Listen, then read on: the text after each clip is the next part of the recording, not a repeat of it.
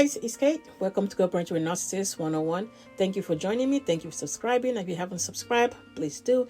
And don't forget to check out my blog. The link is in the description box. Guys, today we're going to talk about 5 reasons people go back to the narcissist. Yes, definitely happens. 5 reasons that that people end up going back to the narcissist. One of them is it's hard for people to come to terms with the fact that what happened in the love bomb phase was fake. I know, as much as we talk about it in the videos and you read about it online or in the book or whatever, it seems like it's easy that, people can get over, finally understanding that those things weren't real. It's kind of hard for somebody not to think, at least some part of what they were saying in the love bomb phase was actually real. So when people are struggling with this, coming to terms with all the love that they professed back, to you back in during that stage, and they put you on the pedestal, and you could do no wrong, and you were like the love of their life, and the light of their life, and everything, and then to go from that to wherever it is you ended up now in the discard. Some people have a hard time, reconciling that there's no way. How could it be there's not anything that is said in that period that is not true? So you have them going back to that place to, because they love the narcissist. They believe they love the narcissist because in everything that was said in love bomb phase, how they treated them in the love bomb phase, of course, how could they not love the narcissist? So, as crazy as it sounds, and when we read it and we know that, you talk about it in videos and the books and everything that's, is fake. Sometimes it's hard for people to come to terms with that nothing that is said in the love bomb phase is true. But really, none of them is. They were acting. It's a script. They're reading whatever the vibe they're getting from you, they give it back to you. Whatever it is, they're mirroring whatever it is that you want to see. That's what it is. But it's hard sometimes. It takes a while for some people to come to terms with that. So you have them going back because they believe the narcissist loved them. They believe they love the narcissist because they were treating them like, that like royalty in their life. So they were on the pedestal. So of course, something in that relationship is right. So let's go back and try one more time.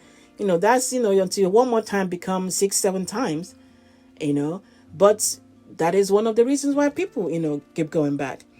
And of course, too, is religion or family. If you are a Christian or a Catholic, or some people don't believe in you're married, divorced.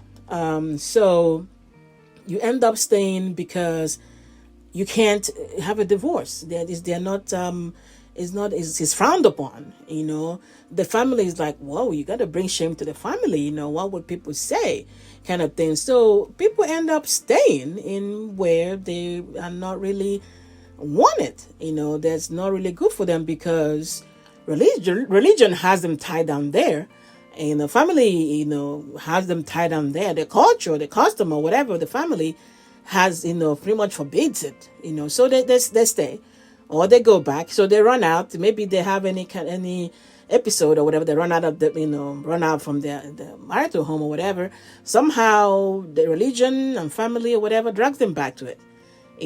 So that's another thing people, go back because of that.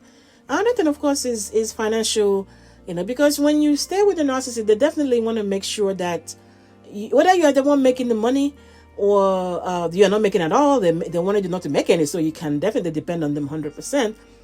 The whole summary of it is to make sure that you have less of it. You have less of money, because definitely the less money you have, the less you're able to move around, do what you're supposed to do, which is the whole idea with the narcissist and financially abusing you. So you have people staying because, they need to stay with the narcissist because what are they going to do? They leave, they don't make enough money, they don't have any job, or, what are they going to do with the kids and all that stuff. But the thing is, at the end of the day, you can only thrive when you're away from these people.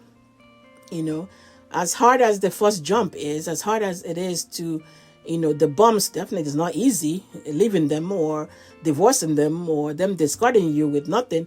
They're definitely, there's no joke. There are bumps in the road to so many things. The storm is there before you have to, you come out.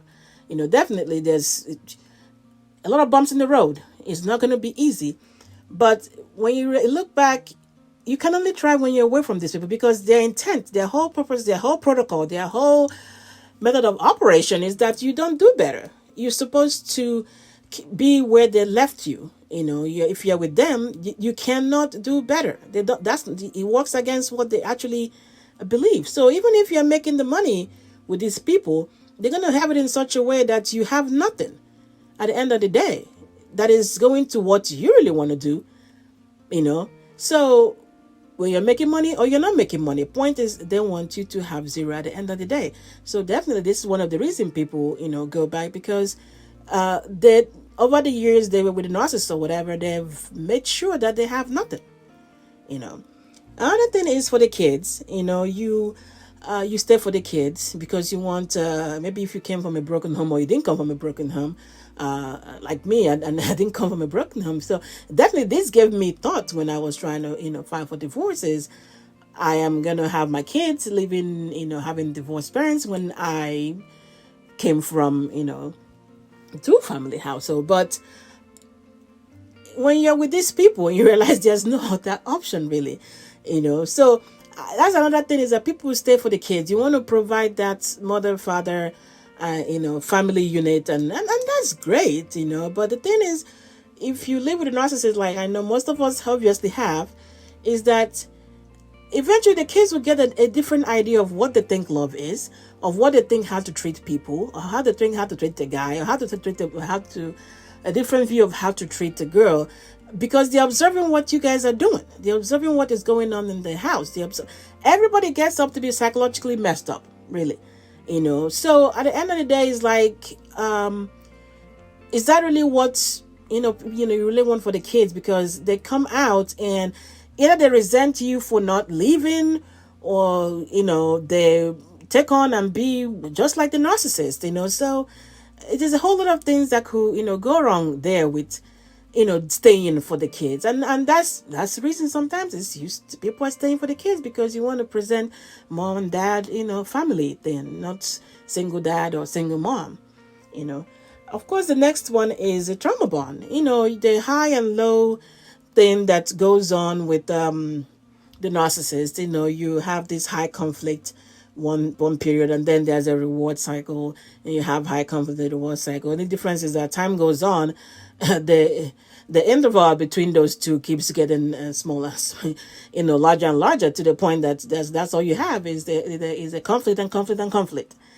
So some people go back because they feel after one high conflict or whatever, you move out, and that they're expecting that the reward phase to come in, and if that period where is good, which as time goes on it gets shorter and shorter. So if it was 5 days of nice reward period where everything is good, you guys go on vacation and do all this lovey thing or whatever, and then it start going down from 5 days sometimes to 3 days, and then maybe it's 2, maybe it's 1. But in the meantime, the days of conflict keep increasing though. The days of conflict keeps increasing, while this reward period keeps shortening and coming in few and far between.